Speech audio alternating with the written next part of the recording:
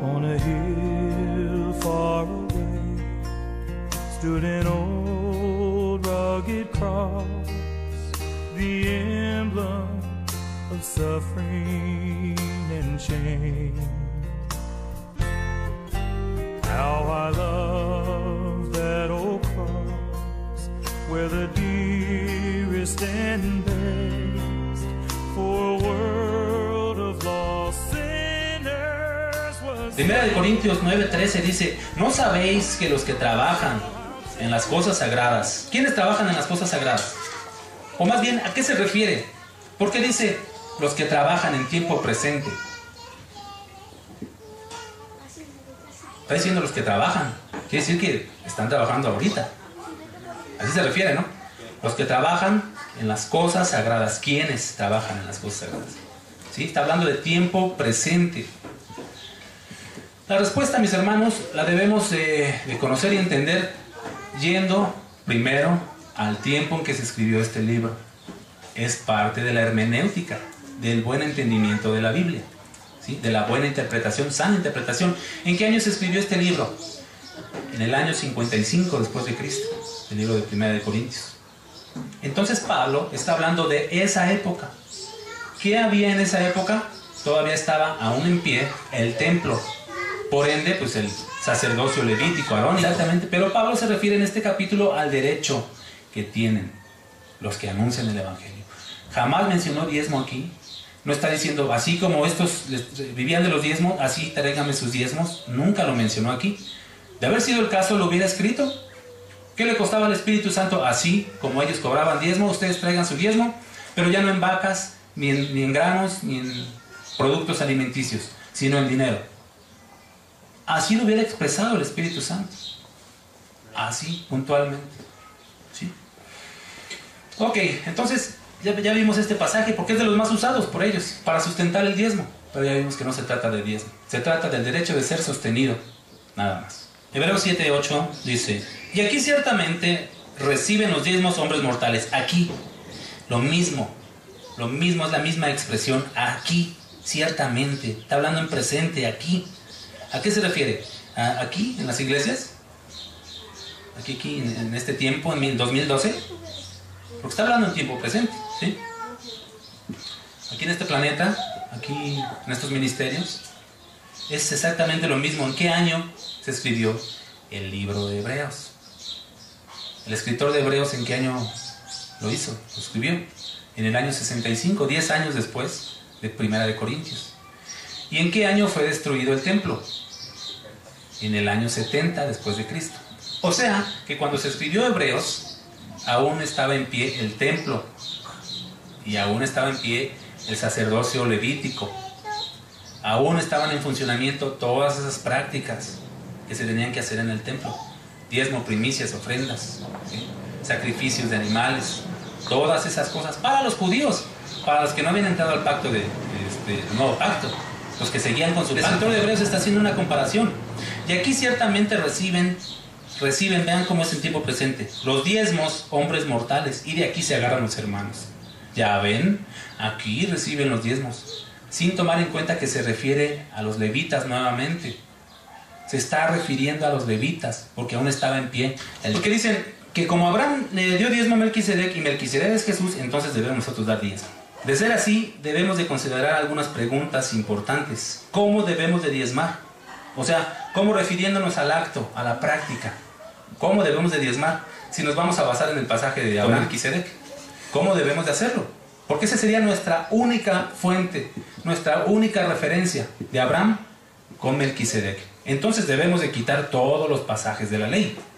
¿No es así? ¿Cada cuándo dio Abraham? ¿Cada semana? Dice que Abraham le dio diezmos cuando volvía de una guerra, de haber derrotado y recuperado a Lot y todos los bienes, ¿verdad? Todo lo que se habían llevado estos reyes. Abraham venía de una guerra. Entonces, si nosotros le vamos a dar a Jesús, debe de ser de una guerra, porque estamos viendo el ejemplo de Abraham. ¿Cada cuándo? Pues la Biblia nada más registra una sola vez. ¿Cuándo será esa vez? ¿De qué le dio? Del botín. ¿Qué era el botín? Pues a lo mejor animales, a lo mejor algunas telas, productos también, a lo mejor también dinero, como no, algunas monedas, por ahí tesoros, ¿sí? Joyas. Pero solamente debemos de hacerlo una vez, si estamos tomando como ejemplo el pasaje de Abraham y Melquisedec. Porque Melquisedec es Jesús, según estos hermanos, ¿no? Así le debemos de dar a Jesús, entonces. Así. De una guerra hay que buscar pleito con alguien, mis hermanos. Ir a la guerra y si gana, en caso de ganar, porque nos pueden sonar. ¿Sí o no? Pues sí. En caso de ganar y de recuperar lo que ganemos de la guerra, que casi siempre son pérdidas en las guerras, siempre es pérdida, de eso que sobre, pues dar el 10% a Jesús. Ahora, si Jesús es sacerdote, para siempre, según el orden de Melquisedec, nosotros, ¿de qué orden somos? Porque somos sacerdotes, ¿no? Somos sacerdotes. ¿De qué orden? Del orden de Melquisedec. ¿A qué sacerdote se lo vamos a dar? No, a Jesús. Pero si Jesús es el sumo sacerdote, en la Biblia, ¿dónde se muestra que se le daban los diezmos al sumo sacerdote? Se le daba a todos los levitas. Al sumo sacerdote no hay mandamiento para darle al sumo sacerdote. Si Abraham le dio el 10% a Melquisedec y el otro 90% al rey de Sodoma, nosotros le debemos de dar el 10% a Jesús y el otro 90% al diablo. Siguiendo el razonamiento de ellos, debería de ser así. El 10% a Jesús y el otro 90% al diablo. De una guerra. Del botín de una guerra. ¿Quién lo hace así? ¿Te aceptan esto los predicadores que piden diezmo? Claro que no. Te dicen, no, de tu salario, de lo que tú ganas. Y puntualmente, indefectiblemente, porque si no caes en maldición y eres un maldito ratero. Es ofensivo y ridículo. Antibíblico. Antibíblico, mis hermanos. No puede ser así. Jesús y Melquisedec son personas diferentes. O fueron personas diferentes. O estás en aquel pacto o estás en este pacto. En el pacto antiguo o en el pacto nuevo de la gracia. Por eso estos argumentos no pueden ser sustentados. No puede ser. Jesús nunca pidió diezmos. ¿Jesús enseñó a pedir a sus apóstoles diezmos? ¿Les dijo, vayan por todo el mundo a ser discípulos y cóbrenles diezmos? ¿En el 10% de su salario? No, mis hermanos, no. Vamos a verlo, porque algunos te dicen que sí. Algunos te dicen, sí, el Señor Jesús dijo, no dejen de hacer aquello, refiriéndose al diezmo. Hay una escritura así, ¿verdad? Vamos. Mateo 23, de la misericordia, la justicia y la fe. Era necesario hacer, sin dejar de hacer aquello que es diezmar. ¿Sí o no? Claro que sí. Y de aquí se agarran los hermanos y te dicen, ya ves, sin dejar de hacer aquello. ¿Qué es aquello? El diezmo. Entonces no hay que dejar de diezmar. Como les expliqué en mensajes anteriores, ¿a quién va dirigido esas palabras? Ahí lo está diciendo, mi hermano. Ahí lo está diciendo. Hay de vosotros, escribas y fariseos, hipócritas. Les está hablando a los fariseos. No les está hablando a sus discípulos. Son puntos importantes. Se está dirigiendo a los fariseos, no a los discípulos. Hay de vosotros, escribas y fariseos, hipócritas. Porque ustedes dan diezmo. Hipócritas. Han dejado la justicia, la misericordia y la fe. Ahora, ¿por qué Jesús les dijo que no dejaran de diezmar? ¿Cómo diezmaban ellos? Igual que todos los judíos. ¿A dónde llevaban sus diezmos? Al templo. Ya vean de qué diezmo se está refiriendo. La menta, el eneldo y el comino. ¿Sí? Son comestibles, mis hermanos. De eso se trataban los diezmos. Puro producto comestible, jamás en dinero. ¿Sí? Así que ustedes también, como les dice, fariseos, hipócritas. No le está diciendo a los cristianos, no le está diciendo a sus discípulos. ¿Sí? Porque muchos hermanos dicen, te sustentan el diezmo con esto. No es cierto. Se está dirigiendo a los fariseos, porque los fariseos diezmaban conforme a la ley. Ahí lo está diciendo. Y dejáis lo más importante de la ley. Estaban cumpliendo la ley al llevar sus diezmos, porque el diezmo es de la ley. ¿Jesús diezmó? ¿Jesús diezmó? Claro que sí, mis hermanos. ¿Por qué? que era judío. Dice en Gálatas 4:4, exactamente, dice en Gálatas 4:4, pero cuando vino el cumplimiento del tiempo, Dios envió a su Hijo, nacido de mujer, nacido bajo la ley.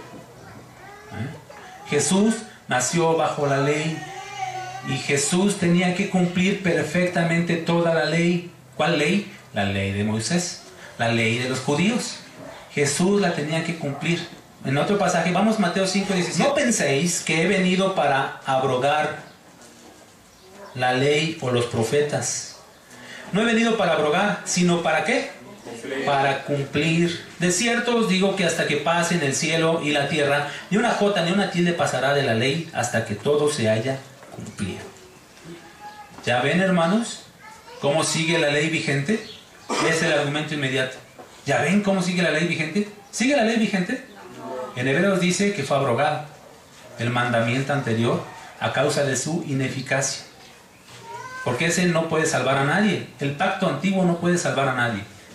El pacto que te salva es el pacto eterno, el pacto de la gracia. Porque por gracia sois salvos, por medio de la fe. Y esto no de vosotros, pues es regalo de Dios. Este pacto es el que salva. El antiguo quedó abrogado porque no puede salvar a nadie por su ineficacia. Pero entonces, ¿por qué el Señor Jesús dice, no he venido a abrogar? Y Hebreos dice, quedó abrogado. Sería como una contradicción, ¿no? Exactamente. Cuando el Señor Jesús vivió en la tierra, cumplió la ley perfectamente. Por eso dice, no he venido a quitarla, vengo a cumplirla. Todavía estaba la ley vigente, Él nació bajo la ley.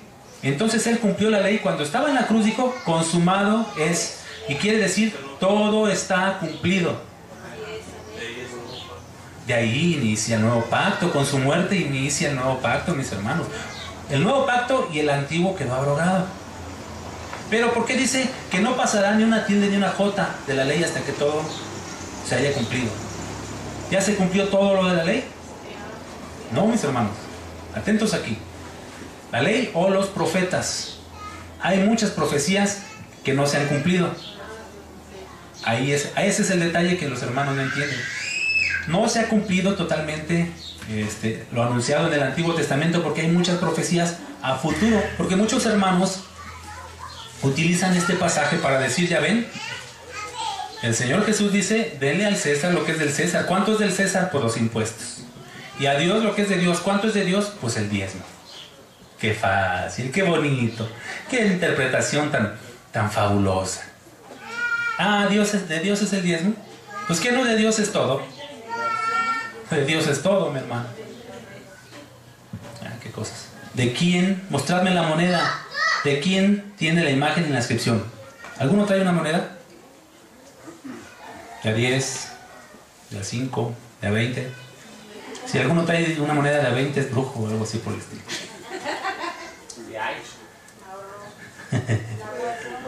Vamos a remontarnos a aquella época. Le dijo Jesús, mostradme la moneda. Ya le dieron la moneda. ¿De quién tiene la inscripción? Entonces vieron, ¿de quién tiene la inscripción? Pues aquí tiene un águila, que es el escudo nacional mexicano. Y dice, Estados Unidos mexicanos, da pues a los Estados Unidos mexicanos lo que es de ellos. Este vil metal, dénselo a ellos, al César. Pero a Dios, lo que es de Dios, mis hermanos, lo espiritual. Pero estos hermanos son bien abusativos, abusados. No, es que el diezmo es de Dios. El diezmo es de Dios. Aquí tiene hasta como el calendario azteca o algo así. Ya dárselo a los aztecas. ¿Quiénes son los aztecas? Pues nosotros somos aztecas, mis hermanos. Somos mexicas, ¿verdad? Así se entiende, mis hermanos. Así se debe de comprender. La gente que abusa en estas épocas, pidiendo diezmos, pidiendo primicias, cosas que fueron para los judíos, no son cosas para los cristianos. Se enfocan mucho en el dinero. Da pues al César lo que es y a Dios. ¿Y qué es de Dios? Pues también dinero. No, de Dios son las cosas espirituales. Dios dice, dame, hijo mío, tu corazón. Entonces da pues a Dios lo que es de Dios. Dale todo lo espiritual, lo espiritual. Claro, cuando Dios te motive a dar una ofrenda, cuando Dios te motive, primero te va a bendecir Dios. Como el caso de Abraham. Dice que primero bendijo Melquisedec a Abraham y luego Abraham dio los diezmos. Y ahora te lo dicen al revés. Primero da diezmo para que te bendiga Dios. ¿Qué cosas tan contradictorias? No, nosotros damos porque Dios nos bendice y todo lo que recibe, dice David, de lo recibido de tu mano, te damos. No te damos para que nos des. Mira, ya te estoy dando, échale. Eso es fuera de la gracia, mis hermanos, totalmente fuera de la gracia. Nosotros recibimos sin merecer, vivimos sin merecer. Dios nos concede respirar, amanecer un día más. De lo recibido de ti, Señor, te damos. Y ahora no, ahora quieren estafar a la iglesia. Ahora quieren, porque eso es, venden el evangelio, te cobran por todo. Como dijo el hermano Trinidad, te cobran por bautismos, te cobran por casarte, te cobran por boda, te cobran por todo, mi hermano. No, como yo no sé, no me sé de memoria lo que cobran, ¿verdad? Pero te cobran por todo. No puede ser. Dijo el Señor Jesucristo, den de gracia lo que recibieron de gracia. ¿Qué recibiste de gracia? Todo.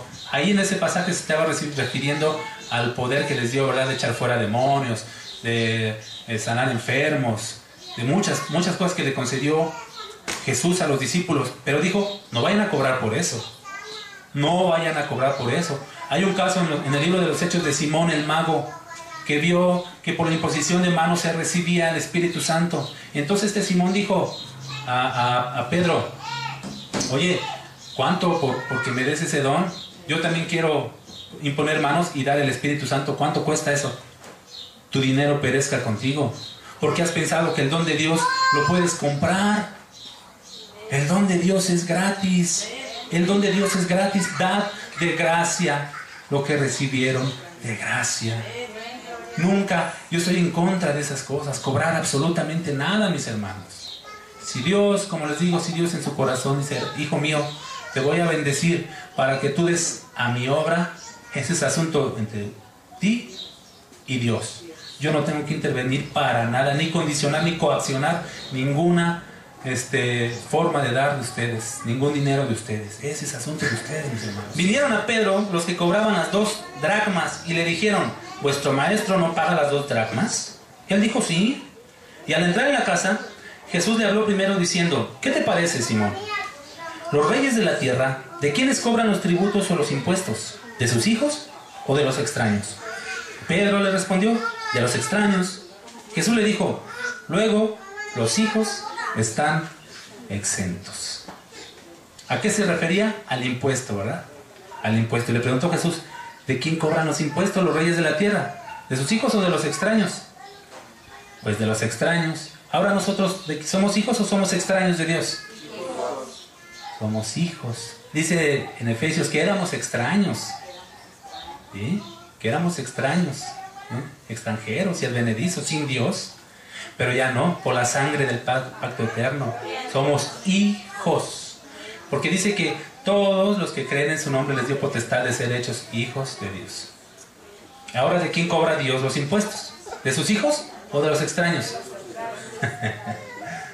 Porque los hijos estamos exentos de impuestos. No hay ningún tipo de impuesto ni de presión para dar, mis hermanos. No hay bíblico, no hay argumento. Está manoseando la novia de Jesús. Híjole, mi hermano, ¿cómo les va a ir a estos amigos? Yo en verdad invito a los predicadores que piden diezmos que dejen de hacer eso. El diezmo para nada es bendición. Para nada es bendición porque no es doctrinal. Y así lo hacen. Si lo hacen ignorantemente, bueno, los invito a que estudien. Pero si lo hacen con alevosía y ventaja, les va a ir como en feria porque están manoseando a la iglesia de Cristo. Están manoseando a la novia del Señor. Y cuidadito con eso. Están trasquilando el rebaño. ¿De quién es el rebaño? De Él. Y muchos pastores piensan que es de ellos. Son simples cuidadores, mis hermanos. O somos simples cuidadores. Son supervisores, sobreveedores. ¿De ver? ¿Sí? De las ovejas. No sobreveedores, esa es otra cosa.